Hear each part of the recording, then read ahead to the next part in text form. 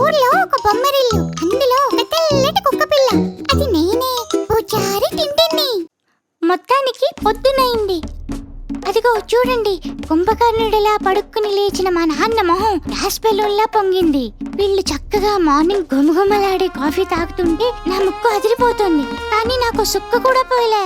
Cut చేస్తే పిట్టల దొరల్లా అందరూ ready అయ్యి నన్ను నా ఫేవరెట్ ప్లేస్ కి తీసుకెళ్లడానికి స్టార్ట్ అయ్యారు. కిందకి రాగానే ముందు వెనక చూడకుండా ముక్కుకి పని పెట్టేశా. వాళ్ళు ఎక్కడికి తీసుకెళ్తున్నారు, ఎందుకు అనేది మనకు అనవసరం. మన ఫోకస్ ఓన్లీ కొత్త వాసుల మీదే.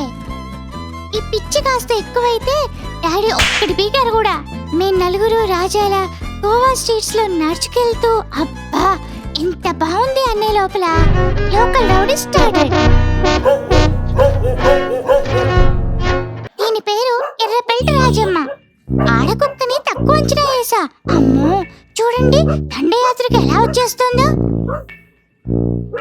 మా వాళ్ళు ఉన్నారు కాబట్టి బతికిపోయా, లేకపోతే నా పరువు పోయేది. అలా తప్పించుకునేసరికి ఇదిగో ఇక్కడ ఇంకొకటి. దీని పేరు దుబ్బులేడి. అంతే, నా మీద ఒకటే బూతుల వర్షం. మధ్యలో నా కోసం అన్నయ్య బాల్ కొన్నాడు. అసలు నా సాల్తీకి ఆ బాల్ ఆటకి ఏమన్నా సూట్ అవుతుందా? వాడి పిచ్చి గాని. ఏంటో వీళ్ళు నా చేత 10 రోజుల వాకింగ్ ఒకే రోజు చేయించేస్తున్నారు. కానీ కొత్త ప్లేస్, కొత్త స్మెల్ బాగుందిలే. అమ్మయ్య, మొత్తానికి గోవాలో ఉన్న మోస్ట్ ఇంపార్టెంట్ ప్లేస్ కి, అదే అండి బీచ్ కి వచ్చేసాం. ఒక పక్క నాకు కాలు కాలుతూ దాహంతో సస్తూ ఉంటే వీళ్ళెవరో అఘోరాతో డిస్కషన్ పెట్టారు.